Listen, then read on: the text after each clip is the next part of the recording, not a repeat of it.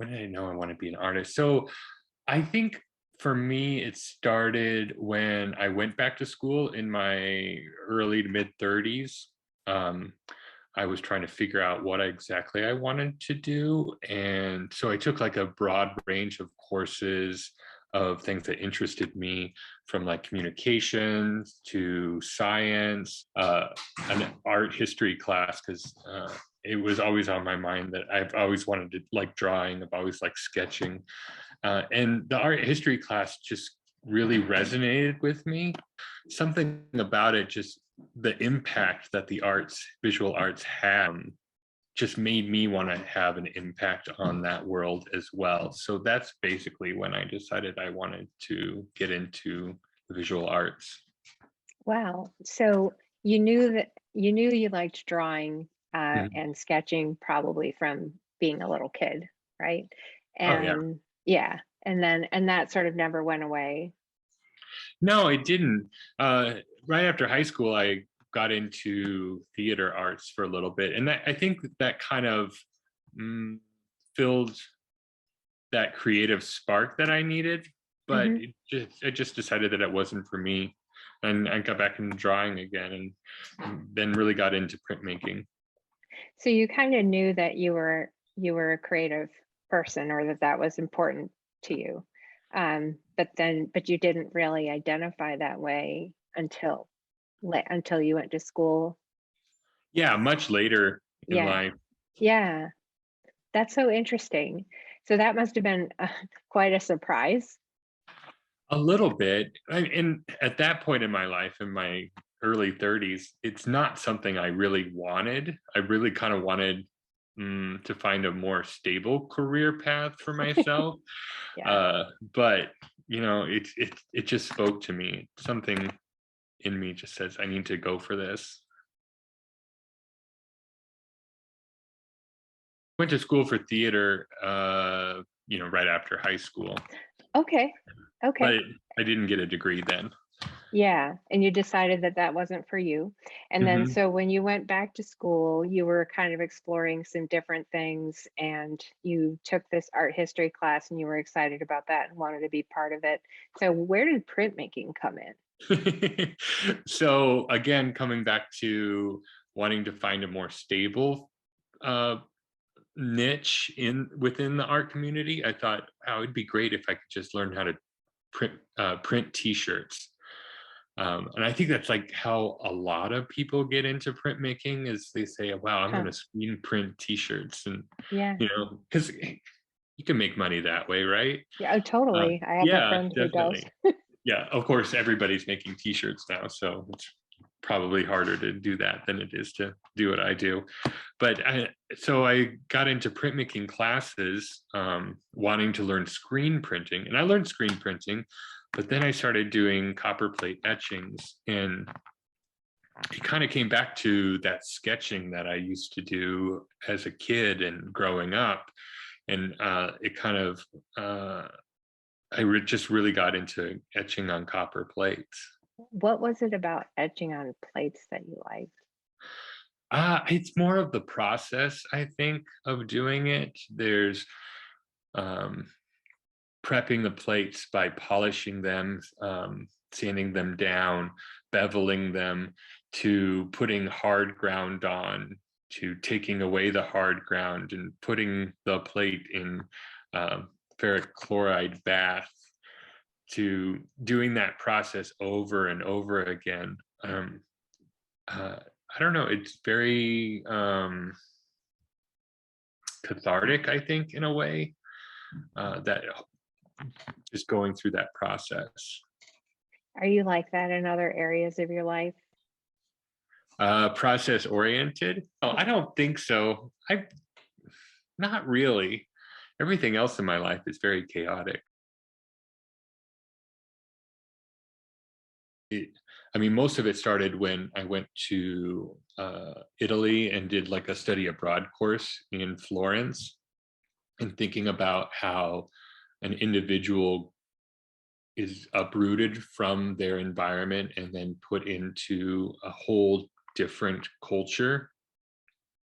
And so I started thinking about that uprootedness in actual trees and how they grow around things, and how they grow around, cracks in the sidewalk, or they grow out of the ground, out of walls and things like that. And how we as humans kind of grow around things. And then a lot of it came from this TED talk I listened to about root systems and how trees talk to each other through root systems.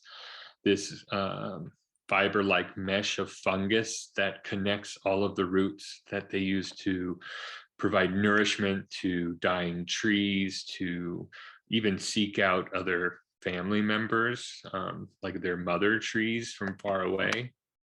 And that got me interested in this notion of trees as a symbol of community. And so that's really kind of where it led me to.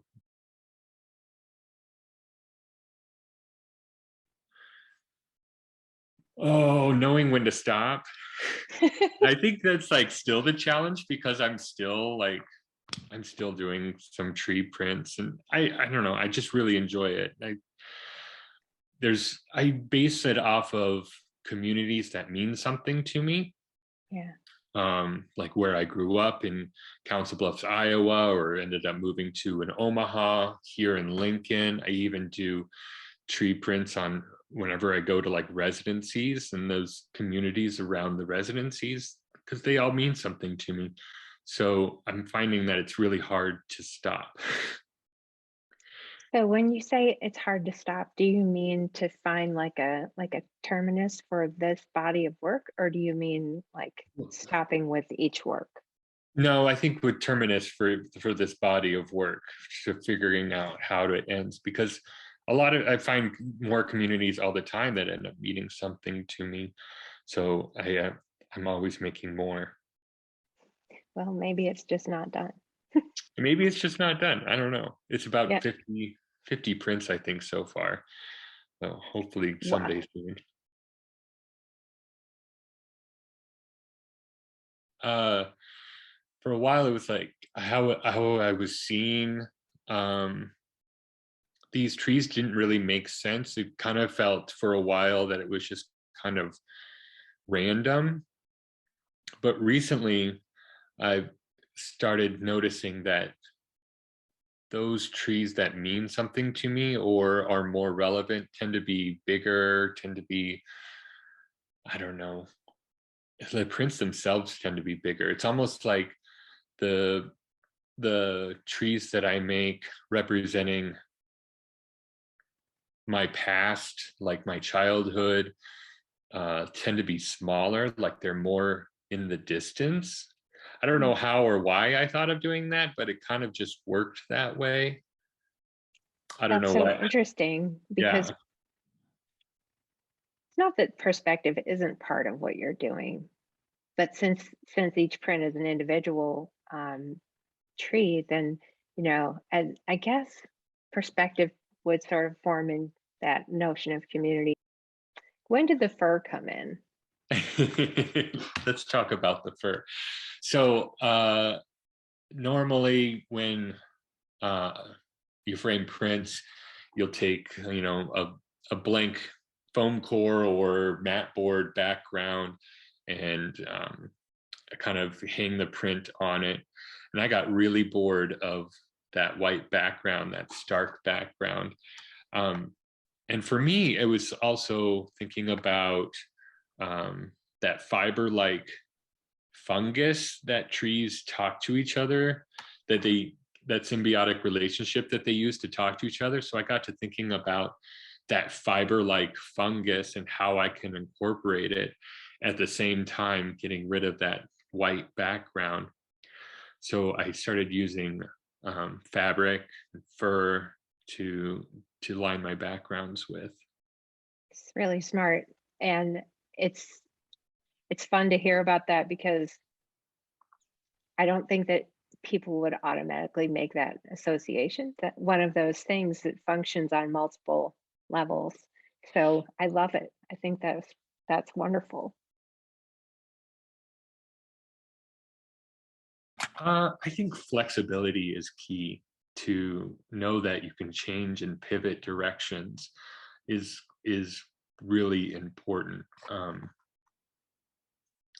Well, like in my case, wanting to print T-shirts and finding out that maybe that's not the best thing. Let's pivot. Let's go to where I really want to go.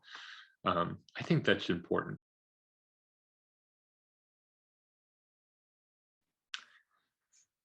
Well, I'm gonna figure out how to end this project. And then it's always about finding something new, finding something else that interests me. I have a Yeah. body of queer work that I really enjoy doing, so I'm really kind of hoping that I can get back to that. It's Yeah. this project I called Unmentionables. Basically, it's bouquets of flowers, and um, I put them in.